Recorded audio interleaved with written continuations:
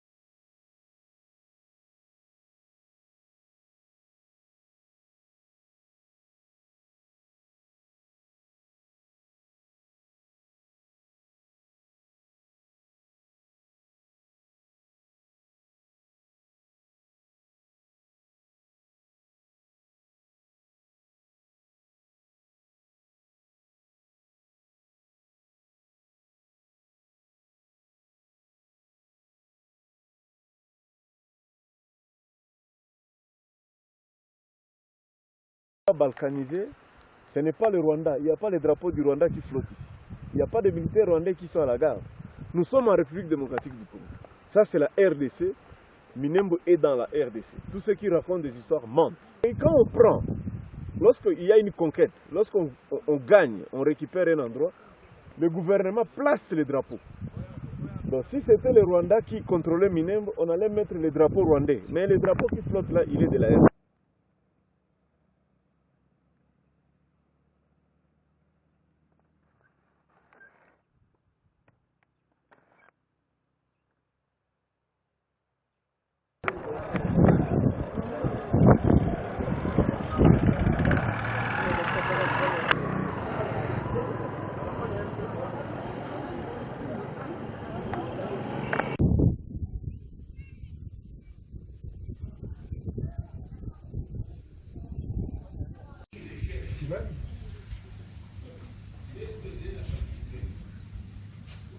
Ici c'est écrit République démocratique du Congo avec notre drapeau, province du Sud-Kivu, administration locale des Minembwe. Ce qui se passe à Kinshasa, là on fait tuer les gens ici gratuitement. On n'a pas écrit commune rurale ici. C'est l'administration. Ça veut dire les chefs, les dirigeants doivent s'approcher de la population. Ici, c'est juste pour prendre les papiers administratifs pour le mariage, enregistrement des enfants, règlement des conflits, c'est ça. Approcher le gouverneur, il est représenté ici par l'administration locale. C'est tout ce que la population demande ici.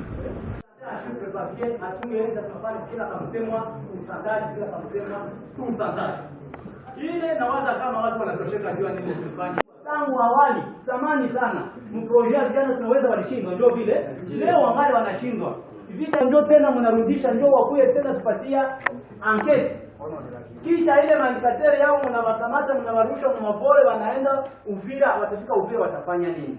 Tunamata daili hiyo wakati watu wa vijana wako tena tuliwakamata, tukamata wanyama ya makonflikt tukawafikisha mais on pensait que nous devons faire, nous devons fournir l'effort possible pour qu'on puisse bloquer toutes les voies possibles que les... Kusema ninakuwa mojawapo ya wanasiasa wa Sud-Kivu. Na niliona wanasema mtableau point numéro 4 parce que wanasema les manipulations politiques. Wale watu ambao wanafanya manipulation politique nami niko moja wao. Ninaanza kunyangula mikono na kulomba msamaha. Tusamehe sisi wanasiasa. Kwa sababu mauaji yenyewe hapa haiko masemi ya Wakongo. Mauaji yenyewe hapa haiko masemi ya Baluba. Mauaji yenyewe hapa haiko wasemi ya Bangala. Kama watu wako wanakufa hapa kwa plateau, ni kinywa yetu mbaya. Shie Barega, shie Banyitu, shie Banyamulenge, shie Bafulero, shie tuko tunasema mbaya. Na tuko tunalalamika kwa televisheni kule ulimwengu mzima iko inasikia. Shie tuko ndani ya magari, tunalala ndani ya manyumba, watoto wetu wanasoma. Lakini nyie mama wako wanabakwa, watoto wao hawasome, watu wako wanakimbia, ngombe ziko zinaibwa kila siku. Nikusema kwa wakati nyinyi mnafanya hii mkutano hapa, Mungu awabariki sana. Niko Mkristo tutasema mingi, ni wale ambao wataandika, ujumbe nilikuwa nawaletea katika kitabu ya pili ya Wafalme. Sura 2 mstari wa 19. Kwa Kifaransa wanasema 2 Rois. 2 Rois chapitre 2 verset 19. Verset ya pili tutaipata kwa Waebrania, Hébreux. Chapitre 11 verset 30. Wote tunaelewa. 2 Rois chapitre 2 verset 19. Hébreux chapitre 11 verset 30. Wafalme wa pili sura ya pili mstari wa 19. Waebrania sura 11 mstari wa 13. Ndio. Katika kitabu wa Wafalme Biblia inasema hivi. Hewa ama hali ama maisha ya mji wa Jericho yalikuwa mazuri. Tunaweza kusema hivi. Mimi ni dala hapa. Kinshasa kwenye mimi natoka kwa Kifukutu. Huko imbu nyingi. Huko uchafu mingi kwenye mimi natoka. Lakini Minembo kwenye nililala, sikuvala mask. Hewa iko nzuri. Hakuna mustiki. Na hali ni sawa kama unaona kwa macho, hali ya Minembo ni sawa. Biblia inasema Jericho nao ilikuwa vile vile. Hali hewa ya Jericho ilikuwa safi. Yalikuwa mazuri sana kama Minembo. Lakini Jericho ambayo ilikuwa nchi nzuri, Jericho ambayo ilikuwa na hewa safi, ambayo ilikuwa na chakula safi, Jericho ilikosa kitu kimoja. Na ile kitu ambayo kilikosekana katika mji wa Jericho ilikuwa maji. Biblia inasema maji ya Jericho yalikuwa machafu. Na ikaleta mama kutokuzala. Ile ndio ilikuwa msiba wa Jericho.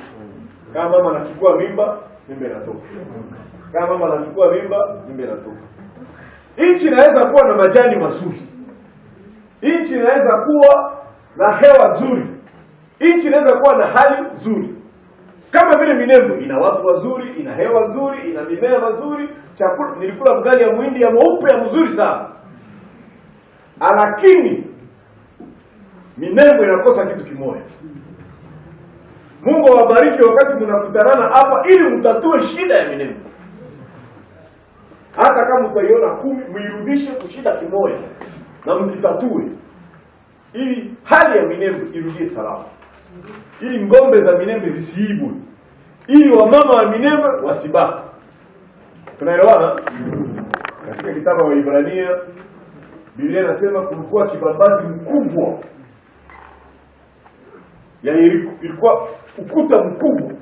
Mtu peke yake hakuna mwenye angeweza kuivunja. Biblia inasema hivi, kwa imani. Kwa imani kibambazi ya Yeriko ilifanya nini? Kwa imani shida ya Minembo itatatuliwa. Kwa imani ya Wanyamulenge amani itaingia hapa. Kwa imani ya Wafulero amani itaingia hapa. Kwa imani ya Wapembe amani itaingia. Kwa sababu nyie wote mlizaliwa, mlikuta kila mtu yuko hapa. Haiko wewe Mfulero mwenyewe ulizaliwa 1970, 1980, utakiambia nani Kara kama haiko Mkongomani. Wewe mwenyewe ulizaliwa hapa Msosatu, utaambia historia ndugu kama haiko Mkongomani. Kwa imani amani itakuja. Mrudishe hii kitu. Ni shewa polisi tunasema mbaya. Shewa polisi tupate fasi. Yuba kuchagule. Yuba kupatie posta ya ministre. Unatingiza huko.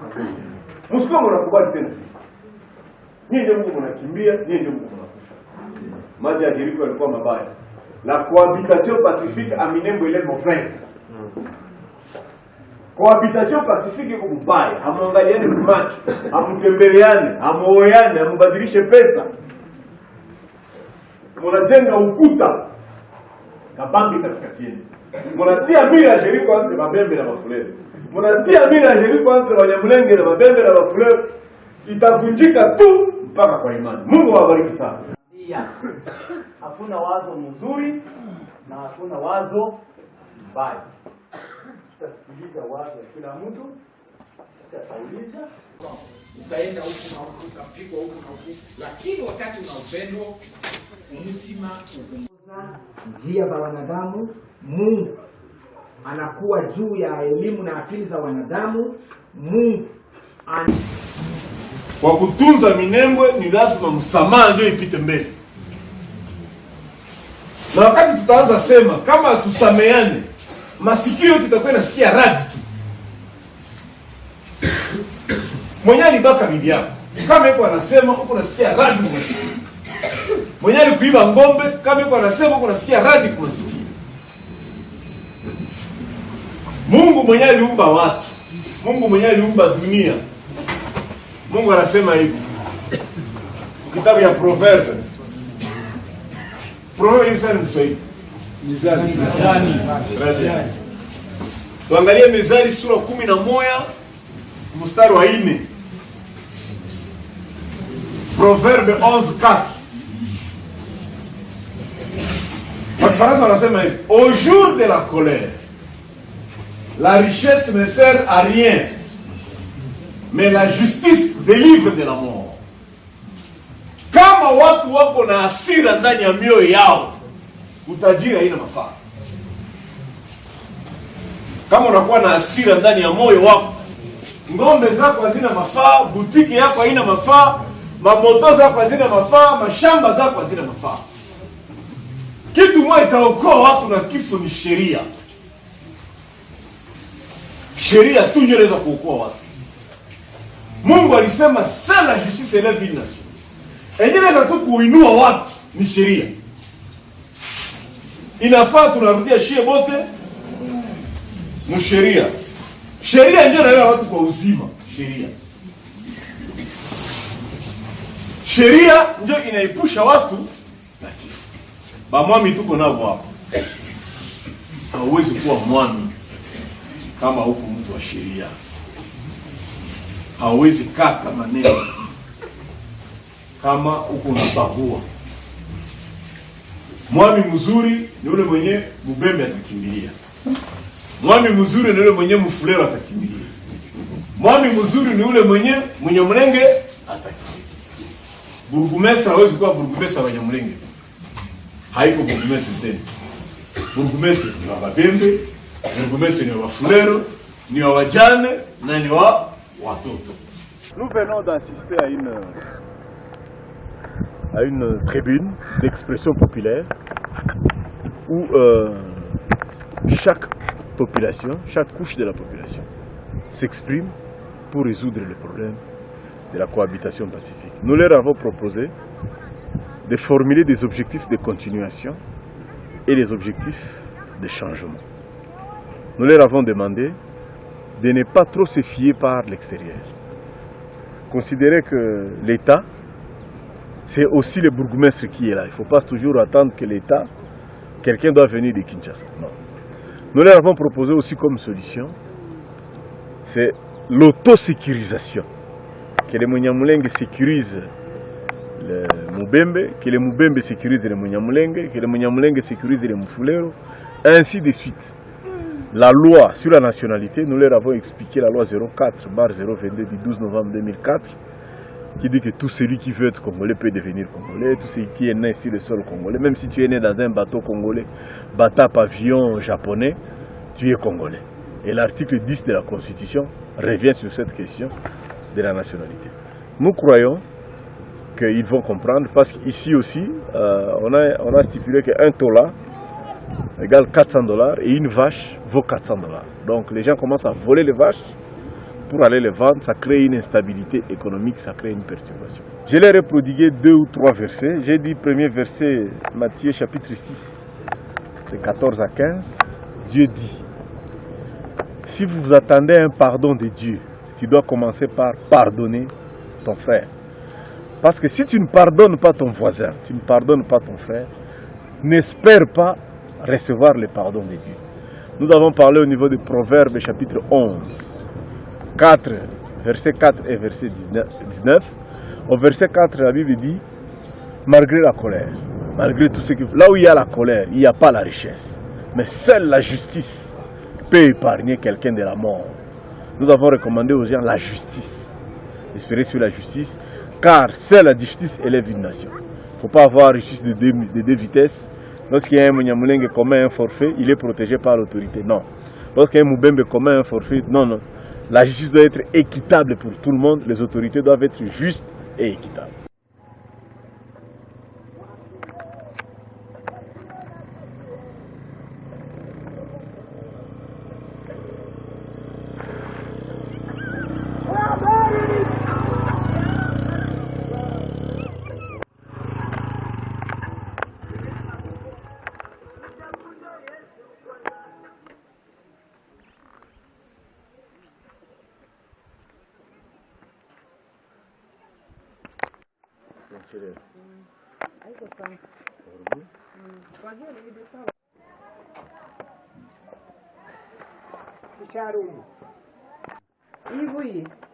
Ni bui ya sorgho, soja, mais, le en poudre na cycle.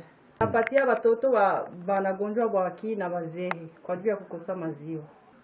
Hapa manake mkutime ya huku tulikuwa na mangombeza mingi, watoto walikuwa nazoea maziwa na wazee. Bati yote manake ilikuwa chakula yetu ya muhimu ilikuwa maziwa. Kisha sasa mwa siku kwa juu ya vita na mashida mangombe zikaenda. Sasa watoto waishaanza gonjwa bwaki. Ndio tukasema sasa tupime njia ya kupiga bui tuone gista basaidia.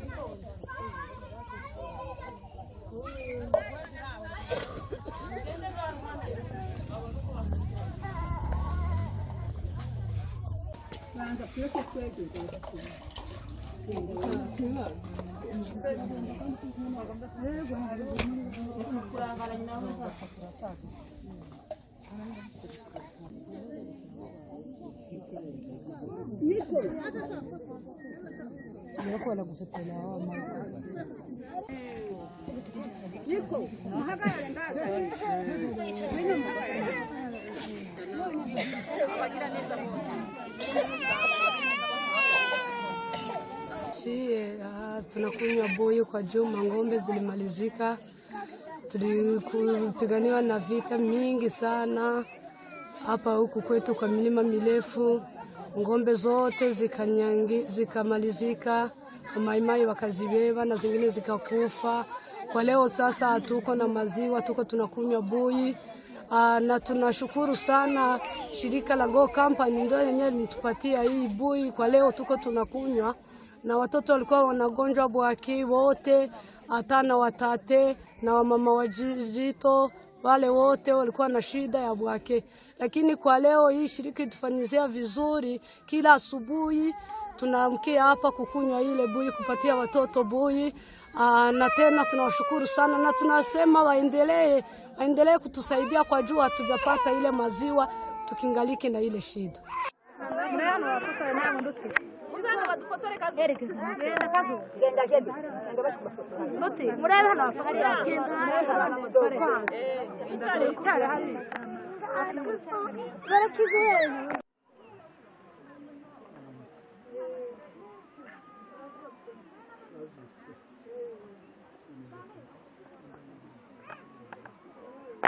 C'est Ruvuzango Marubibi 5AD, président de la société civile noyée de Minembwe.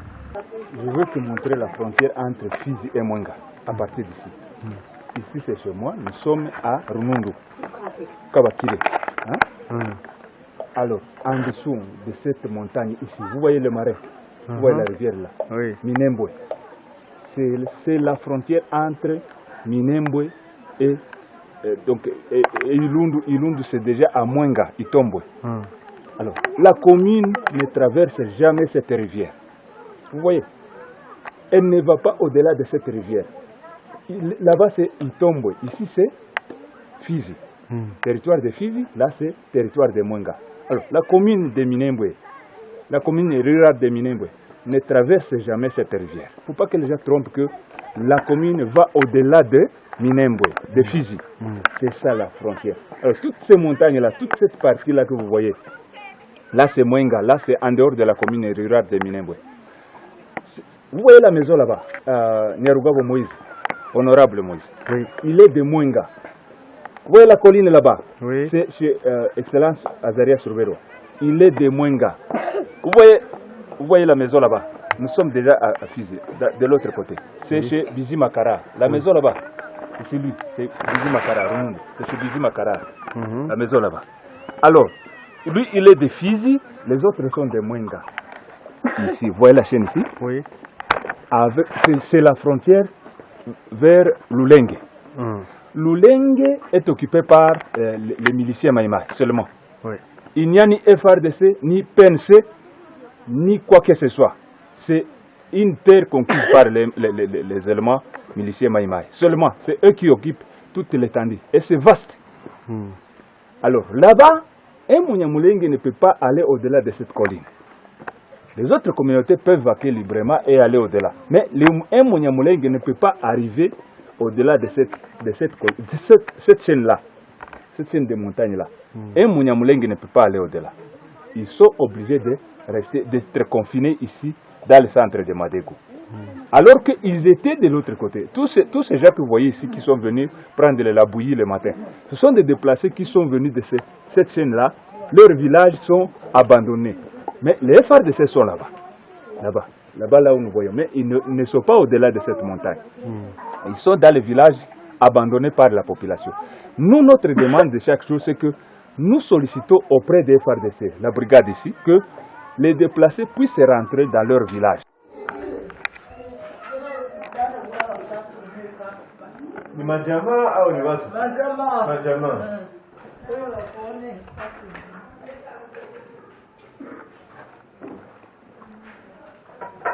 Hawa ni wenyeji jamaa tatu zenye ziko hizi ni zingine matelazi na watoto, mwiko na grupu ya watoto yake, mwingine ni vile na vile.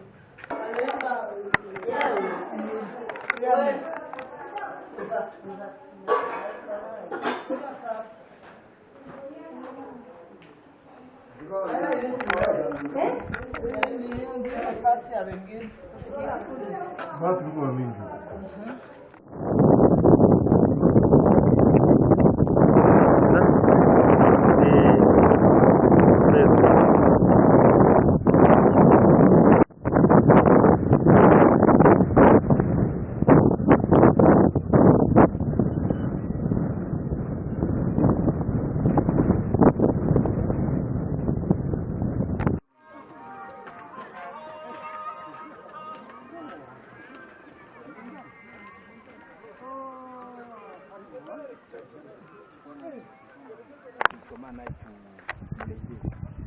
Zamani sana iko wapi?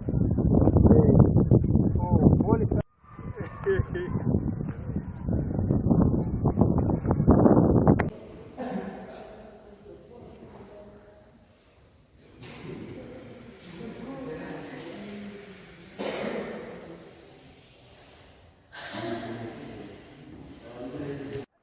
Leo baunduka kwa telefoni niko kanaenda sababu ilikuwa kwa aeroport Nairobi. Tuliongea nabo sana. Huko tunalia tu wote na eno. Na hivi wanasema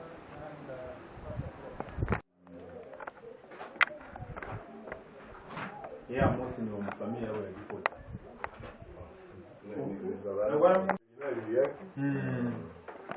Ripoti ni wanaume wazuri warefu.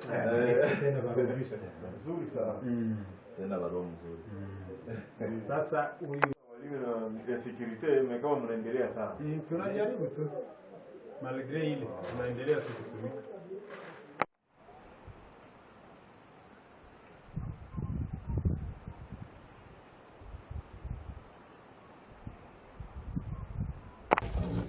Tunachali mwingine kuna wenye mgumesura za moti.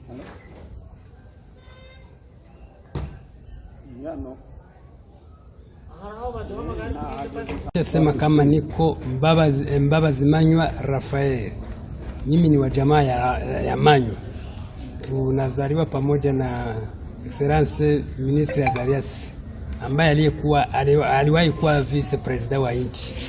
Mimi ndio mkubwa mwetu, mimi ndio kidarakio kikubwa. Yeye ni waine kwetu, ananifuata mara 3. Seke katikati yetu kwa watu wawili. Yeye amesoma, amezaliwa hapa mu 1964 hapa Minembwe, haiko mbali, na alisomea Minembwe na akaongeza masomo yake Kalemi, akaenda Lubumbashi, akawa magistrat, akawa avocat pale, aliendelea hadi akawa vice president wa nchi. Mimi naitwa kwa jina Semahoro Karaha, sultani wa asili hapa operato ya Minembwe. Ile jina ya Karaha, ile jina mnajua kama niko na mdogo yangu alikuwa Kinshasa, alikuwa ministre wa affaires étrangères, alitumika Mkongo. Karaha bizima. Mimi naitwa kwa chefu notable Ruvugwa Rugitegemza. Mimi ni notable wa Kabingo. Kuhusu ile maneno unauliza, nasikia washamuka wanasimulia mzuri kuhusu historiki ya Wanyamulenge. Mimi niko chefu, niko wa saba. Depuis 1945 baba yangu alitawala. Baba katawala, ni babu yangu na baba ndafikia kwangu.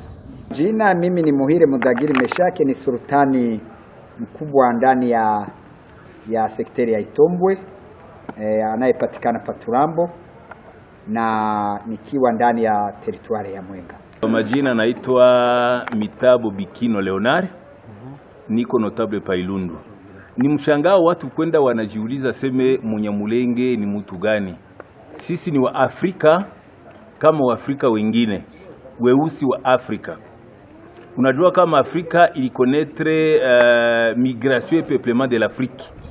Wa Afrika walienda huku na huku, ukiangalia Sudan, ukiangalia Angola, ukiangalia Zambia, nafasi zingine, watu walikuwa wanatembea katika Afrika, ilikuwa nchi haina mipaka. 1679 Wanyamulenge walikuwa ndani ya Kongo. Sero histoire ile ndio vague ya kwanza. 1789 ni vague ya pili, wako katika Kongo. C'est un peuple éleveur. Wanaenda wanatafuta marisho ya ngombe huku na huku. Nchi ilikuwa tu ni nchi ambayo haina mipaka. Mtu akukua anauliza mwingine asema unaenda wapi. Wakuwinda walikuwa wanawinda, wakuchimba wao wanachimba maoro. Tukakuja tukajikuta tuko ndani ya Kongo. Le partage de l'Afrique ambayo wanasema katika histoire la conférence de Berlin yenye ilifanya mipaka ya Afrika 1885, deja Munyamulenge alikuwa ndani ya Kongo. Tulikuwa huko kwa milima ya Mulenge, wengine deja walikuwa huko kwa plateau wanasema le Tutsi d'Itombwe. Tulikuwa pale pa Itombwe wanafanya kazi ya ufugo. Manake sisi ni wakongomani alali, isiyo kusema sema ile wanasema c'est la constitution ya 1960, hapana. Le partage de l'Afrique ilifanyika tuko Mkongo. Ndio maana sisi ni wakongomani halali, sio wale wanasema sema labda c'est la constitution, hapana. Mimi ni Mwami Karojo Ndahinda wa Minembwe. Kitu chenye nitajitambulisha kwanza, kama ninasema ni mwami, unajua kuna manotable, lakini ni Mwami Karojo. Wakati Wabereji wamekuja, ninaweza kukupatia kwanza historia kidogo ya wamwami katika Sud Kivu. Ukiingia katika teritwari ya Mwenga utakuta sheferia ya Wamzimu, utakuta sheferia ya Basire, utakuta sheferia ya Bulinyi, utakuta sheferia ya Luinja. Pale ni teritwari ya Mwenga. Na secteur ile masheferi mu teritwari ya Mwenga kuko ba mwami ni ba chef de chefferie bale benye nataja uekarte secteur ya Itombwe Savana. Wakati unaingia mu teritwari ya Uvira utakuta sheferi 3, sheferi ya Bafuliru, sheferi ya Bavira na sheferi ya Barundi de la Prince de la Ruzizi. Ukaenda mu territoire ya Kabare utakuta sheferi ya Kabare. Unaingia mu territoire ya Walungu utakuta sheferi ya Kaziba na unakuta sheferi ya Ngweshi. Katika territoire ya Fizi, wazungu wakati walikuja walikuwa wanaangalia yule ambayo wanaita mwami, wanampatia kitambulisho. Hawa ambao unasikia ni wa chef de village ni wale ambao wana vibarua vidogo vya wa chef de collectivité, au mimi kama nimekuambia, wakati mzungu ambaye anaitwa administrateur Van Carter anakuja kufanya mpaka wa territoire ya Fizi na Mwenga, alikuwa na baba yangu Karojo Vedaste. Ilikuwa mwaka ya 53 wakati wanafanya ile mpaka, wanaandika Shene de Nakabunga, anaandika barua kama nilikuwa na mwami Vedaste Karojo na mwami Kitongo, huyu anasikia chef de Gumade basi Munyaka Sidi. Hile barua ambayo alimupea ilikuwa approuvé na gouverneur Berger mwenyewe anaita Monsieur Cho, anampatia na karte ya nchi, anasema Kitongo iko kwake na Karojo iko kwake. Ile wakati ile barua ya administrateur jina lake ni Van Carter, gouverneur ni Monsieur Cho. Ile barua ya Monsieur Cho ni ya 48. Ndio maana wakati muzazi yangu mimi ninakuongelesha kama mwami wa asili, hapana chef de village, mwami wa asili. Mezile barua wakati wanazitosha juu ya maprobleme ya makonflit, wamoja walikuwa wanaenda wanazitia pale, na ile barua ilikuwa approuvé mu 77 na commissaire regional ambao wanaita Shangwe Okitodinga Lumbai. Anasema kama kweli huyu ni mwami. Sasa ataniita mgeni namna gani mtu ambao amepewa uwezo wa kuwa mwami wa asili kama wale wami wengine ambao nimekusha kutaja. Na wakati anasimamia ile mpaka na kuambia na majina ya waberge na zile dokima ziko hapana za kutafutisha. Sasa utakuwa uko na miaka 15 uko na barua za wabereji na mtu anakuja kukutaja ni mgeni na mna gani? Sisi hatuko wageni. Wakati independence, mbele ya independence ya nchi ya Kongo, unaona kama independence ilitokea mwaka wa 16. Mwaka wa 58 kulikuwa kitu waliita soupçon de l'indépendance. Wakati wa Kongomani wanakutana Bukavu, wanaenda kutengeneza independence wa mwami. Baba yangu alikuwa pale. Mwile programu yenyewe iliitwa soupçon de l'indépendance. Wanaenda kuwaambia programu ya independence. Na unakumbuka sisi tunaiwa ile habari inaandikwa katika kitabu cha nani, utakuta phrase yenyewe wanaita soupçon de l'indépendance. Walikuwa pale gisi wanaenda kutengeneza, baba yangu alikuwa gisi wanaenda kutengeneza independence, utaenda kuita mgeni namna gani? Hata wale wenyewe wanasema wale wa politici, ukawauliza mwami Karojo ni nani, wanajua wakati ni nani. Sasa kitu chenye kinatusangaza sisi, hii historia ya wabereji wanatembea katika hii na zile barua zenye zinatio, utaita ule mtu mgeni namna gani? Utamuita namna gani? Maana yake sisi tuko na droit ya tuko wa mwami ya asili, tuko na budongo sawa ile bale bengine biko bengine litaja baluinja na bengine. Sasa nani mwenye anaweza kunyanganya? Wakati tunasema les chefferies de Barundi, les chefferies de Bafuriru, les chefferies de quoi? Et pourquoi pas les chefferies de Banyamulenge? Bataipiganisha namna gani? Sisi hatukatale kuishi na watu wengine. Ninaambia watoto wetu ambao wako katika, angalia hapa hii mwingine, Wanyamulenge wanajenga, Wafureru wanajenga, na ni sisi ambao tunawapatia hii bulongo ya kujenga. Mimi ambayo niko na kuzungumzia, tunawapatia viwanja hapa. Tunapenda kuendelesha hii mwingine, tuko tunapatia. Sulisha fika mwi mwingine, utakuta Mfuriru hapa, utakuta Mushi hapa, utakuta Mubembe na Walega wako katika hii mwingine wanajenga hapa.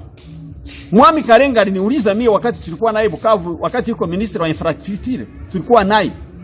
Sasa wakati tunajenga pamoja ni kuonyesha kama sisi wakongomani wote waishi pamoja. Tuko na programe Minembwe ijengwe kama mwingine yote ya Kongo. Chenye sisi tunasema watoto wetu na wandugu zetu wote tuishi pamoja katika amani na wajue kama nchi ya Kongo ni yetu sisi sote. Kwa jina ni Luvivi Mporana, ni president wa sindika ya waelever ya wafugai kwa milima mirefu hii ya Minembwe. Kwa ulizo ambayo unauliza gisi tunachunga ng'ombe na gisi tunazifuga, tulikuwa tunachunga na tulikuwa tunafuga. Leo hatuchunge pia hatufuge, kwa sababu mifugo imeisha, mifugo imeangamia, mifugo imepata shida kaza wa kaza, ikapolewa na ikanyanganyiwa. Njoo shida ambayo tumepata. Lakini zamani ng'ombe tulikuwa tunazifuga kuanzia Rurambo, ukiendelea ukiingia Bijombo, ukivuka Kamombo kuingia Itombwe na uingia Minembwe Centre. Wanyamulenge asili yao ilikuwa ni ufugo wa ng'ombe, na zile ng'ombe zilikuwa ni maelfu na maelfu. Hapo sasa ng'ombe tulikuwa tunaanza zichungia, transmase tulikuwa tunaifanya ni Lulenge. Transmase ni kwenda kumachungio wakati ya kipwa, ndio tulikuwa tunaingia msektere ya Itombwe, Ofodi Itombwe, na tunaingia msektere ya Lulenge pia ya Nganja, ndio tulikuwa tunachungia ng'ombe. Hizi masiku kwa sababu ng'ombe zilikuwa zishakuwa mingi, kuna baadhi ya watu ambao walikuwa nabeba ng'ombe mu territoire ya Kabambale wakati ya kipwa sababu ya transmase. Tukakuwa kutana na shida ya vita, na vita hivyo vikaangamiza ng'ombe, karibu ng'ombe wote kuisha. Recensement yenye ilipitikana ya ng'ombe ya mu 2018 ilikuwa au plus de 400,000 têtes yenye ilikuwa hapa dernièrement kuisha polewa plus de 264,000 njo ng'ombe zilisha polewa, na leo zingali zinaendelea kupolewa. Hapa dernière fois delegation ya serikali ilikuwa hapa, nyuma delegation ilishapolewa ng'ombe karibu 700 tena zote zikaenda. Na hivyo ndio gisi maisha ya ng'ombe tulikuwa tunaishi na ng'ombe Mnyamulenge egali ya elevage ya gros bétail, yaani ng'ombe. Na shida yenye tulipata ni nini? Shida ilitokana na udongo wa ndugu zetu wa voisin wa Bembe. Wa ndugu zetu wa Bembe wakasema kama udongo ni yao, udongo ni sous forme ya kizalikio yao, iko sawa walizaa. Hawajui kama udongo ni ya serikali, udongo emana de l'etat, hawajui kama udongo ni ya l'etat. Atumu masa mnafika wanasema udongo ni udongo yao, udongo ni udongo yao, na hili katuletea shida na misukosuko ya nguvu sana. Ndio ilikuwa shida ya kwanza. Shida ya pili ilitokana na wizi wa ng'ombe. Wizi ya ng'ombe stadiri. Bale ba braconnier balikuwa wanawinda mpori, surtout sana wakatoka mwa ile vitu wakaanza kuiba ng'ombe 2, 3, 4 vya vile. Parapre ikakuwa business. Ng'ombe wakaanza ziiba kwenda kuuzisha. Yali yeye wanaiba meme toute le troupeau, wanaenda nayo wanaichunga kupori usiku, mchana wanaikulisha, na yote ikatokana na ile mashida. Na ile usiku wanaikulisha, mchana plutôt wanashinda wanaichunga kupori. Parapre wakafanya nini? Wakaanza enda iuzisha. Kwenda kuiuzisha wanapata franka, wanapata pesa, ikakuwa ni business. Ili katokana munjia za barabara kwenda Lulimba, njia kwenda Kilembwe, ile yote wakatuangamiza na wakatufanyizia mambo mabaya, tena ubaya zaidi. Nyuma njoo wakakamata sasa systeme ya kumaliza na kuravaje ng'ombe zote ziishe. Na hii kidogo ambayo tunawakia nayo haina nafasi ya kukula, haina nafasi ya kutembea. Donc iko hapa là où nous sommes confinés, na njoo kwenye ng'ombe ziko confinés. Hii chache yenye tunawakia nayo hazina nafasi ya kukula, nafasi ya kutembea. C'est presque la totalité ya ng'ombe zilishaangamia, zilishaisha. Na ile effectif inasema ilikuwa kungambo ya regroupement ya baelever. Donc ni Rurambo, ni Kamombo, ni Minembwe, ni Kilicha, ni Bibokoboko. Ile yote sio wote tushakutana na ile shida ya ile piaje ya ng'ombe. En bref, ile ndio tunaweza tukasema kwa ufugo ya ng'ombe.